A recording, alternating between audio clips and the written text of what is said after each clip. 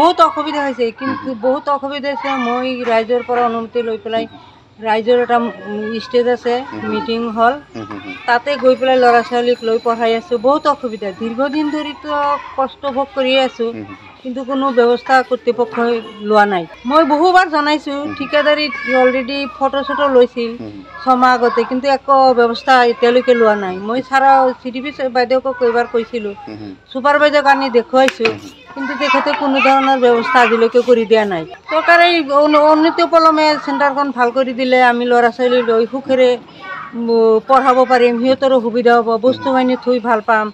আমি সেইখিনি বস্তু থৈ যাওঁ, হেৰাই যায়, ক'ত কি ল'ৰা ছোৱালী লৈ যায়, বহুত অসুবিধা হৈছে। পঢ়াবই নোৱাৰোঁ চেণ্টাৰত আজিলৈকে, আজি 5-6 বছৰ হ'ল ভাঙি গৈছে।